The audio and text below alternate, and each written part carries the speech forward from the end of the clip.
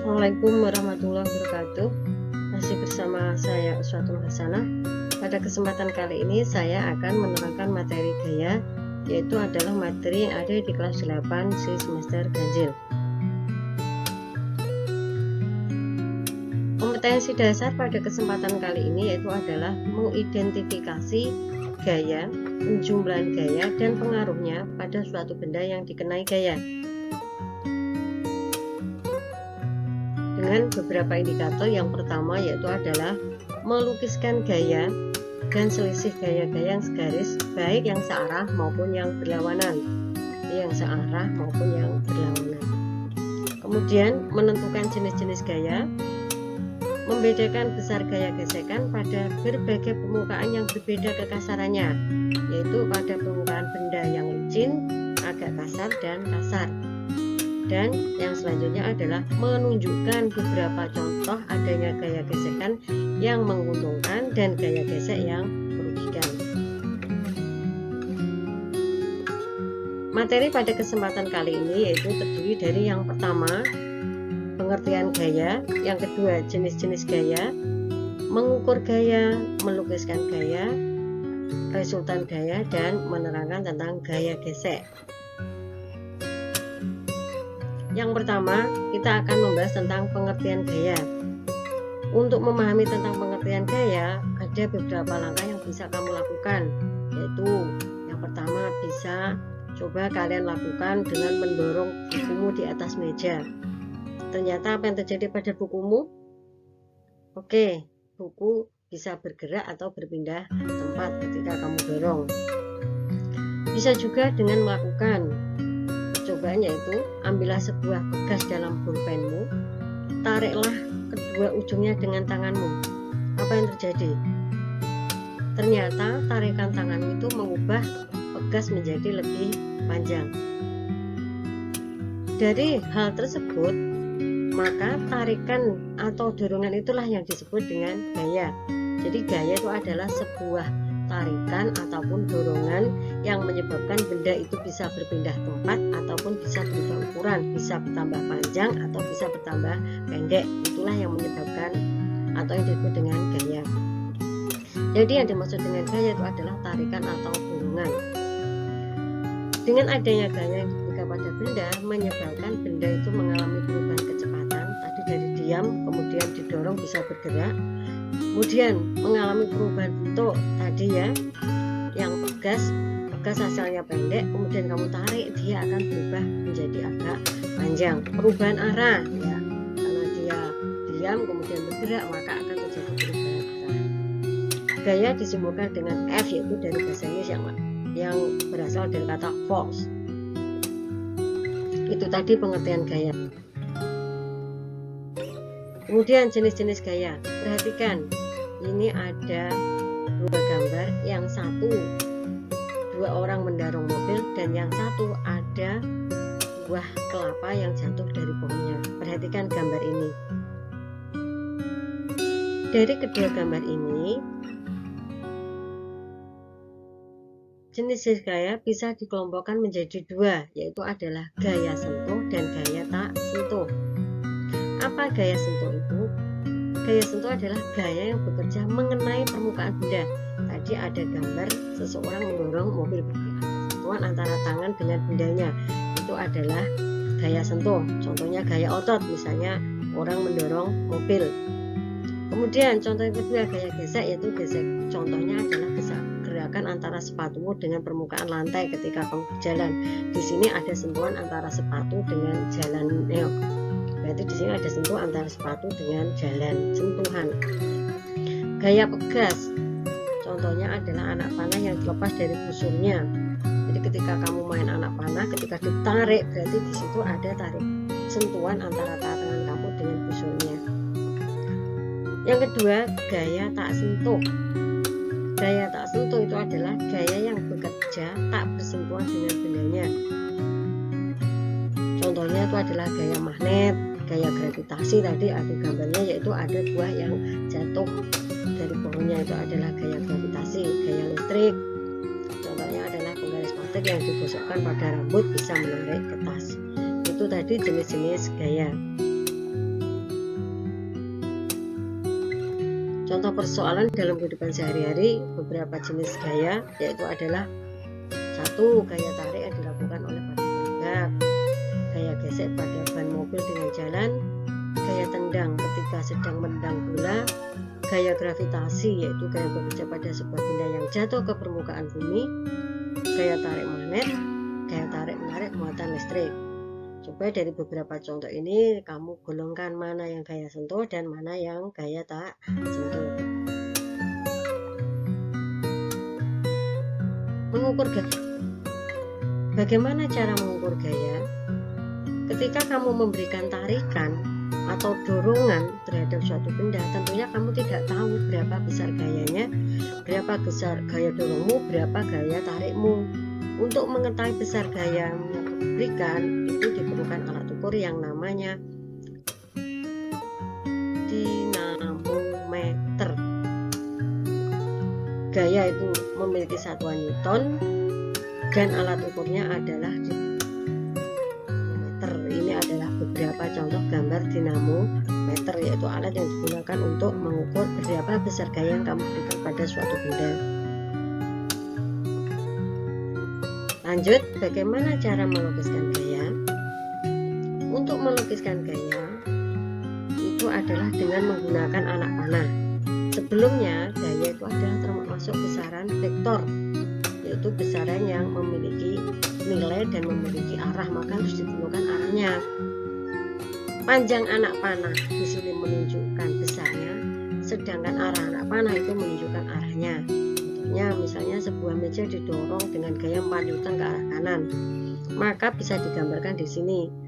Digambar besar gaya meja didorong dari titik O ke titik F dengan gaya 4 Newton, berarti di sini antara O sampai F ditunjukkan dengan anak panah. Di sini satu anak panahnya mewakili 1 Newton. Berarti di sini yang besarnya gaya dari O sampai F itu adalah 4 Newton. Arah O sampai F itu menunjukkan arah gaya. Resultan gaya. Apa itu resultan gaya? Misalnya seperti ini. Jika kamu tidak sanggup mendorong lemari pakaian yang akan kamu pindahkan, tentunya kamu akan minta bantuan orang lain untuk mendorongnya dengan arah yang sama. Dengan begitu lemari akan terasa lebih ringan. Tetapi bila kamu dan temanmu mendorong dari arah berlawanan, maka lemari akan terasa lebih berat. Nah, keseluruhan yang diberikan pada suatu benda itulah yang dimaksud dengan resultan gaya. Jadi resultan gaya itu adalah jumlah gaya yang bekerja pada suatu benda. Arah yang sama itu nanti mencari resultannya dijumlahkan. Jadi kalau arah gayanya sama, jika kamu mendorong lemari beberapa orang itu kok sama arahnya, maka resultan gayanya itu adalah dijumlahkan F1 tambah F2 ditambah F3 tergantung jumlah gaya yang bekerja. Sedangkan arah yang gaya berlawanan, misalnya yang satu ke kanan, yang satu ke kiri, maka resultan gayanya itu adalah dikurangi. Jadi untuk mencari resultan gaya yang berlawanan itu yang satu kanan, satu kiri, berarti dikurangi. Itu cara mencari resultan gaya.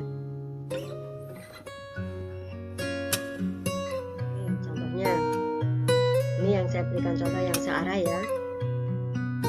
Ini ada gaya yang pertama 50 Newton dan gaya yang kedua 40 Newton. Berarti resultannya karena arahnya sama, berarti dijumlahkan, yaitu sama dengan 50 ditambah 40. Berarti resultan gayanya sama dengan 90. Bagaimana kalau berlawanan? Ya berarti tinggal dikurangi. Misalnya yang satu 50 ke kanan, 40 ke kiri, berarti 50 dikurangi 40. Gaya yang sama arahnya akan meningkatkan, sedangkan arah gaya berlawanan akan melemahkan. Itu tentang resultan gaya.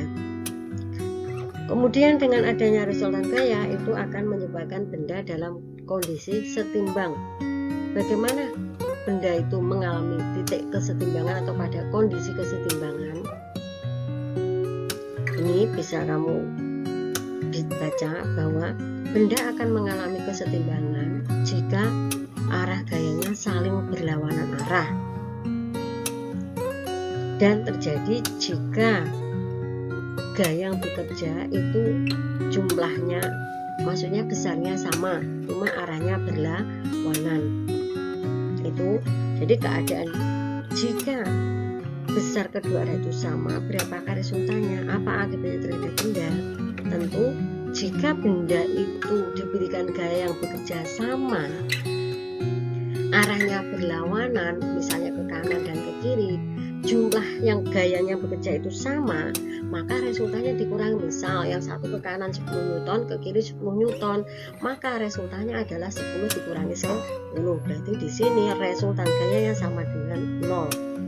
Pada keadaan seperti ini, maka benda akan mengalami kesetimbangan karena resultan gayanya sama dengan 0.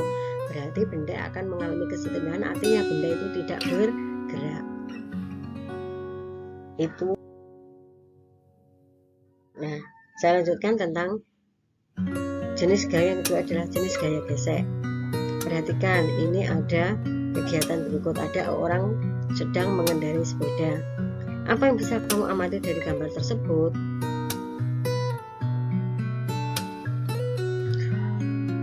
Ketika orang bersepeda, mengapa ketika kamu menarik rem sepedamu dapat berhenti? Ketika sepedamu itu direm, tentu ada tarikan atau dengan berlawanan dengan arah gerakmu sehingga sepedamu berhenti. Di manakah itu terjadi? Ternyata dorongan atau tarikan terjadi sebagai hasil gesekan antara rem dengan pelek pada roda sepeda yang berserikan. Jadi pada saat tadi sepeda bergerak, ketika direm ada gesekan antara roda dengan remnya, kan terjadi gesekan. Ya, gesekan termasuk gaya sentuh karena ada sentuhan antara dua benda, ada sentuhan antara dua permukaan yang bergesekan. Jadi di sini termasuk gaya sentuh, terjadi sentuhan antara dua benda.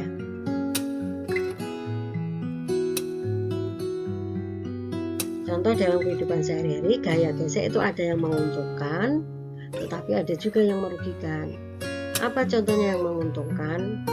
Nih, contohnya ketika berjalan di atas tanah yang nyaman dengan tanah, akan terjadi gesekan. Saya ulangi, ketika kita dapat berjalan di atas tanah dengan nyaman, itu artinya ada gaya gesek antara tanah dengan kaki. Contoh gaya gesek menguntungkan kedua yaitu adalah gaya gesek antara ban mobil dengan jalan. Kalau tidak ada gaya gesek antara roda mobil dengan jalan, maka dipastikan mobil itu akan tergelincir. Contohnya lagi adalah rem pada roda kendaraan, maka bisa menyebabkan benda itu bergerak perlahan ketika direm. Ini adalah beberapa gaya gesek yang merugikan. Gaya gesek yang merugikan antara lain adalah gaya gesekan pada bagian-bagian yang ada di dalam mesin atau motor yang menimbulkan panas berlebihan, sehingga untuk mengurangi gesekan itu biasanya pada mesin itu diberikan oli untuk memperkecil gesekan supaya mesinnya tidak cepat aus. Ini contoh kedua yang merugikan, gesekan antara ban mobil dan jalan menyebabkan ban cepat aus. Contoh yang merugikan lagi adalah gaya gesek antara air laut dengan kapal laut, dapat menghambat gerak kapal. Jadi kalau kamu perhatikan, kapal itu ujungnya bentuknya lancip. Tujuannya apa? Untuk memperkecil antara gaya gesek kapal laut dengan air laut. Kalau gaya geseknya kecil, maka kapal dapat berjalan dengan cepat. Itu tadi penjelasan saya tentang gaya, yaitu tentang jenis gaya, resultan gaya, gaya gesek yang menguntungkan, gaya gesek yang merugikan. Semoga apa yang saya sampaikan membantu kalian memahami tentang definisi dari gaya. Saya ucapkan terima kasih, selamat belajar. Assalamualaikum warahmatullahi wabarakatuh.